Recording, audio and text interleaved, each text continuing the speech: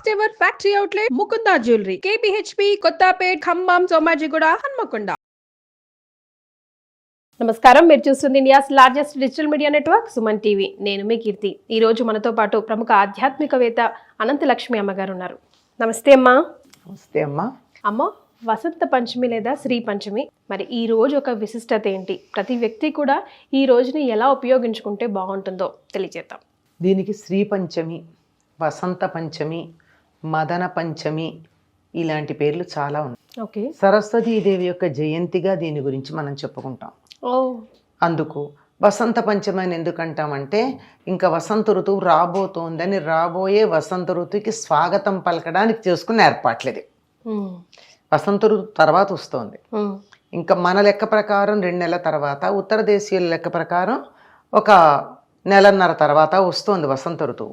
కాకపోతే వసంతం చైత్రంతో రావడానికన్నా ముందు లక్షణాలు ముందు కనపడతాయి కదా. దాని తాలూకు సూర్యోదయానికన్నా ముందు తూర్పు దిక్కు తెల్లబడ్డట్టు, వసంత ఋతువు రావడానికన్నా ముందే ఈ లక్షణాలు కనపడతాయి కనుక ఇది వసంత ఋతువుగా చెప్పబడుతూ ఉంటుంది అని.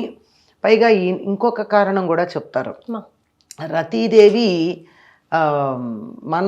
వసంతుడి సహాయంతో మన్మధుడిని పూజించింది అని, లేదా రతి మన్మధులు ఇద్దరూ వసంతుడిని పూజించారు అని.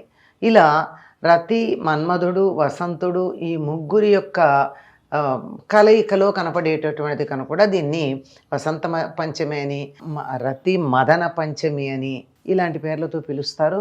కానీ ఎక్కువగా వ్రతాలు, పూజలు లాంటివి చేసేవన్నీ కూడా శ్రీ పంచమి అంటే సరస్వతీదేవి జన్మదినము అనేటటువంటి అర్థంలో చేయడం మనం చూస్తాం. ఓకే.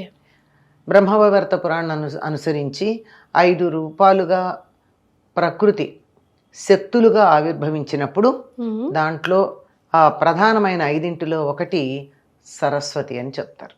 ఈ సరస్వతీదేవి ఆవిర్భవించిన తర్వాత ఆవిడందరూ అర్చించటం జరుగుతుంది. ఈ సరస్వతికి సర్వశుక్ల అని పేరు. అంటే పూర్తిగా తెల్లగా ఉంటుంది, అన్నీ తెల్ల. ఆవిడ కూర్చునే పద్మం తెల్లనిది, కట్టుకునే వస్త్రాలు తెల్లనివి, ధరించే నగలు తెల్లనివి.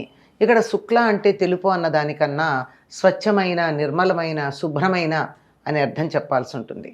అట్లా ఉన్నటువంటి ఈవిడ్ని మొట్టమొదట దేవతలందరూ ఆరాధించారు. యాజ్ఞవల్కుడు మొదలైనటువంటి ఋషులందరూ ఆరాధించారు. ఈవిడ యొక్క పూజా విధానం మనకి కాణ్వ శాఖలో కనపడుతుంది. ఋగ్వేదంలో ఉన్న కాణ్వ శాఖ పూజా విధానం ఉంది. సరస్వతిని పూజించటానికి షోడశోపచార పూజా విధానం అంటే 16 ఉపచారాలు, ధ్యాన, వాహనాది షోడశోపచారాలు. ఆ రకమైనటువంటి ఉపచారాలతో పాటుగా ఈవిడికి సంబంధించినటువంటి స్తోత్రాలు, కవచము ఇలాంటివన్నీ కూడా మనకి అందులో కనపడతాయి. ఆ సరస్వతి అవతార ఘట్టం ఏదైతే ఉందో దాంట్లో మనకు కనపడుతూ ఉంటాయి. అందుకని సరస్వతి అంటే విద్యాధి దేవతగా పరిగణించబడుతుంది కనుక ఎవరికైతే విద్య బాగా కావాలనుకుంటారో వారందరూ ఈనాడు సరస్వతీదేవిని అర్చిస్తారు. మన దగ్గర కొంచెం తక్కువే కానీ ఈ మధ్య కాస్త కనపడుతోంది. కానీ బెంగాల్లో అయితే దీన్ని చాలా పెద్ద వేడుకగా చేసుకుంటారు. అక్కడ పైగా ఒక దీక్ష వహించామని చెప్పడానికి చిహ్నంగా తెల్లవారుజామునే లేచి అభ్యంగన స్నానాదులన్నీ చేసిన తర్వాత పసుపు పచ్చని బట్టలు ధరిస్తారు ప్రతి ఒక్కరు.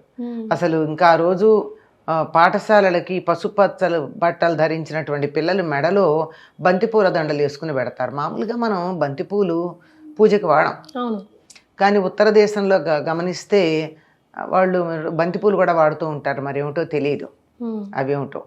అమ్మవారిని అర్చించటం కన్నా కూడా వీళ్ళు మెడలో వేసుకుని బంతిపూల దండలు పాఠశాలకి వెళ్ళి అక్కడ సరస్వతి పూజ చేసి పుస్తకాలు, కళాలు అన్నీ అక్కడ పెట్టి, అంటే కాగితాలు రాని రోజుల్లో తాటాకులు ఉండేవిగా, తాటాకులు గంట అక్కడ పెట్టేవారు. ఇప్పుడు మనకి పుస్తకాలు, కళాలు. నేను అనుకోవడం ఇప్పుడైతే పుస్తకాలు, కళాలు కాదు పెట్టాల్సింది. ఇప్పుడు ఏం పెట్టాలి? ట్యాబ్స్, కంప్యూటర్లు, ల్యాప్టాప్లు, ఫోన్లు ఇవన్నీ అక్కడ పెట్టంటే ఈనాడు వాటికి కూడా సెలవీయడం. అమ్మవారి స్వరూపాలైనటువంటి అవన్నీ కూడా, దాన్ని కూడా మనం అమ్మవారి స్వరూపంగా అనుకుంటాం కదా. మా కాగితం కింద పడితే ఎవరైనా తొక్కితే అయ్యో సరస్వతిరా కళ్ళకద్దుకోమంటాం. అంటే సరస్వతి అంటే ఎక్కడో బొమ్మలో, విగ్రహంలో కాదు, కింద పడిన కాగితంలో కూడా ఉందని చెప్పుకుంటాం కదా. మరి అట్లాగే మరి కంప్యూటర్లో చదువుకుంటూ ఉన్నప్పుడు దాన్ని కూడా దేవతా స్వరూపంగా భావించాలి కదా. సరస్వతి జ్ఞానాన్ని మనం ప్రసాదించేది, కనీసం జ్ఞానాన్ని ధరిస్తోంది. దానికి తెలివి ఉందో లేదో తెలియదు కానీ ధరించి మనకిస్తోంది. వాటన్నింటినీ అక్కడ పెట్టి పూజించి ఆనాడు వాటితో ఏమీ పనిచేయరు, చదవరు. పూజించినప్పుడు పని చేయమంటారు ఏమిటి? అంచేత గౌరవప్రదంగా అట్లా చేయడం పద్ధతిగా ఉంది. మరి సరస్వతికి పూజ ఎలా చేయాలి? షోడశోపచార పూజా విధానం ఉందన్నాం కదా. ఆ విధానంలో బ్రహ్మవైవర్త పురాణంలో చెప్పిన పూజా విధానాన్ని అనుసరించినట్టయితే వీళ్ళేదో పసుపచ్చని బట్టలు కట్టుకున్నారు కానీ, అంటే పసుపులో ముంచి దీక్షా వస్త్రాలను ఉద్దేశం. మనకి అందులో బ్రహ్మవైవర్త పురాణంలో చెప్పింది అయితే అమ్మవారికి తెలుపు ఇష్టం, తెల్లని పూలతో పూజించాలి, తెల్లని నివేదనలు చేయాలి. అంటే అరటి పండు, కొబ్బరికాయ అలాంటివి. సరే, ఎక్కడైనా సరే శక్తి తీవ్రంగా ఉత్పన్నమైనప్పుడు దాన్ని సమం చేయడానికి పానకం కావాలి కదా. పానకం, వడపప్పు, చలిమిడి ఇది ప్రధానం. చెరుకు గడలు, ఇంకా ఆయా ఋతువుల్లో దొరికేటటువంటి పళ్ళు, వాటిల్లో కూడా తెల్లగా ఉన్న వాటికి ప్రాధాన్యం. అరటిపండు తెల్లందే, అయితే ఎప్పుడన్నా కొన్ని పసుపచ్చగా ఉన్నా పైన లోపల తెల్లగానే ఉంటుంది. అలా తెల్లగా ఉండేటటువంటి పళ్ళు ఇవన్నీ కూడా సరస్వతీదేవికి నివేదన చేయాలి. చెరుకులు కూడా నివేదన చేస్తారు. చెరుకు తీయదనానికి ప్రధానం కదా అది. అయ్యాక వండింది పెట్టాలన్నారే మీరు, ఆ వండింది పెట్టేటప్పుడు దధ్యోదనం పెడితే పెట్టచ్చేమో కానీ అమ్మవారికి ప్రీతిపాత్రమైనటువంటి వంట ఏది అంటే పరమాన్నం, పాయసాన్నం. ఎలాగా? పాయసం, క్షీరాన్నం, ఇన్ని రకాలు. పరమాన్నం అంటే శ్రేష్టమైంది ఏదన్నా కావచ్చు. మరి క్షీరాన్నం అంటే ఈ క్షీరం కూడా ఏ క్షీరం కావాలి? ఆవు పాలు. తర్వాత అందులో వేయాల్సింది బెల్లం తప్ప పంచదార కాదు. పంచదార వాడకూడదు. అది ఆవు పాలు, బియ్యాన్ని ఆవు పాలలో ఉడకబెట్టి దానిలో బెల్లం వేసి మిగిలినటువంటి సుగంధ ద్రవ్యాలన్నీ వేయొచ్చు. ఇవి ప్రధానం. మిగిలిన పెట్టకూడదానికి అది ఇవి ప్రధానం. మిగిలినవి చక్కగా మిగిలినటువంటి వంటలన్నీ చెయ్యండి. కూరలు, పప్పు, పులుసు కూడా చేసిన నివేదన పెట్టండి, వద్దనంటల్లా. ప్రధానంగా పెట్టాల్సింది మాత్రం ఈ ఆవు పాలతో చేసినటువంటి పరమాన్నం, బెల్లం వేసి చేసినటువంటి పరమాన్నం. ఇలా నివేదన చేసినట్టయితే అమ్మవారికి సంతృప్తి కలుగుతుంది. అందుకని ఏం చేస్తారు, ఈనాడు సరస్వతీదేవికి సంబంధించింది గనక విద్యాభ్యాసం ప్రారంభిస్తారు చాలా మంది. పిల్లలకి అక్షరాభ్యాసం చేయడం అన్నది. సరే, నేను విద్యాభ్యాసం అని వాడాను ప్రత్యేకం, పిల్లలకైతే అక్షరాభ్యాసం. మరి విద్యాభ్యాసం అని ఎందుకు వాడాను అంటే, మీరు నేను ఏదన్నా కొత్త పుస్తకం చదవాలనుకున్నాం, ఒక కొత్త ప్రాజెక్ట్ చేయాలనుకున్నాం, ఒక కొత్త సబ్జెక్ట్ నేర్చుకోవాలనుకున్నాం. ఇప్పుడు మన డిగ్రీలు మనకున్నాయి, స్కూల్కి వెళ్ళి చదివేటటువంటి అవసరము లేదు, వయస్సు కాదు, ఊహ లేదు. కానీ నేను వేరే సబ్జెక్ట్ ఒకటి నేర్చుకోవాలనుకున్నాను, నా అవుట్ ఆఫ్ ఇంట్రెస్ట్. ఈరోజు మొదలు పెడితే చాలా బాగా సాగుతుంది. అందుకని విద్యారంభం, విద్యని ప్రారంభించటం అన్నది మొదలు పెడితే చాలా బాగుంటుంది అని, దానికి ప్రధానమైందని. అమ్మవారికి సంబంధించిన కవచానికి సర్వ విజయమో ఏదో ఉంది పేరు. అంటే సమస్తాన్ని గెలవచ్చు. ఎవరికైతే నోట్లో నాలుగుందో, 4 అక్షం మొక్కలు వచ్చో, బుర్ర పనిచేస్తుందో, పనిచేసిన బుర్రని నాలుకతో ఉచ్చరించి ఆలోచనని బయటికి పెట్టగలరు, వాళ్ళు ప్రపంచాన్నంతా గెలుస్తారు కదమ్మా. మరే మీకులాగా నాకులా కాదమ్మా. కనుక అటువంటిది శ్రీ పంచమి. ఇది ఇప్పుడు ప్రస్తుతం మన ప్రాంతాల్లో కూడా కొద్ది సంవత్సరాలుగా ఈ శ్రీ పంచమిని చాలా వేడుకగా చేస్తున్నారు. చాలా ఆలయాల్లో ఈనాడు పిల్లలకి అక్షరాభ్యాసాలు చేయడం.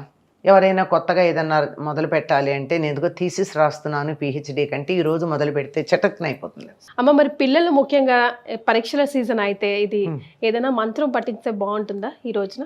బాగుంటుందమ్మా. మంత్రం అని కాదు కానీ స్తుతులు ఉన్నాయి. మంత్రాలు చిన్నపిల్లలకి చెప్పడం ఎందుకమ్మా, పాపం వాళ్ళని ఎందుకు బాధిస్తాం? హాయిగా స్తుతి ఉంది. ఈ స్తుతులు కూడా మంత్రాలతో సమానమైనవి. ఎందుకంటే వీటిని మహర్షులైనటువంటి వాళ్ళు మంత్రాలకి పాటించాల్సిన నియమాల అవసరం లేకుండా తమ శక్తినంతా ఇందులో ధారపోసి అందించారు. చేత మనకందరికీ మా చిన్నతనంలో మేము చదువుకున్నది ఇప్పటికీ చాలా మందికి వచ్చు అనుకుంటా. సరస్వతీ నమస్తుభ్యం వరదే కామరూపిణి విద్యారంభం కరిష్యామి సిద్ధిర్భవతు మే సదా. ఇది స్తుతించినా సరిపోతుంది. సరస్వతీ నమస్తుభ్యం, ఓ సరస్వతి నీకు నమస్కారం చేస్తున్నాను. వరదే కామరూపిణి, కావలసిన రూపాలు ధరించగలిగినటువంటి ఓ తల్లి నాకు వరాలనివ్వు. విద్యారంభం కరిష్యామి, నేను నిన్ను వేరే ఏవేవో భవనాలు ఆస్తులు అడగట్లేదు, విద్య మొదలు పెడుతున్నాను నేను. సిద్ధిర్భవతు మే సదా, నేను ఏది చదవాలనుకుంటున్నాను, ఏం పొందాలనుకుంటున్నాను అదంతా నాకు ఎల్లప్పుడూ సిద్ధించుగాక. ఇంతకన్నా ఏం కావాలండి? మరి నేను చదువు మొదలు పెడుతున్నానమ్మా అని మేము ప్రతిరోజు సాయంత్రం భోజనం చేసి దీపం దగ్గర కూర్చున్నప్పుడు కిరసనాల దీపాలే ఉండేవి కదా, ఆ దీపం దగ్గర కూర్చుని ముందు గణపతిది, తర్వాత ఈ శ్లోకం ఈ పద్యము చదివి అప్పుడు మేము మా చదువు ప్రారంభించేవాళ్ళం. ఎస్, మా నాన్నగారు కూడా అలవాటు పెట్టారు కదా. మరి తెలిసిన వెంటనే బై డిఫాల్ట్ అదే రావాలి, సరస్వతీ నమస్తుభ్యం. అంటే దేన్నైనా మనం గౌరవించినప్పుడు దానికి మన పట్ల సదుద్దేశం ఉంటుంది. పుస్తకాన్ని కూడా గౌరవించాం సరస్వతి స్వరూపంగా, అందువల్ల అప్పుడు మనకి చదువు అప్రయత్నంగా వస్తుంది. చాలా సంతోషం అమ్మ, ధన్యవాదాలు.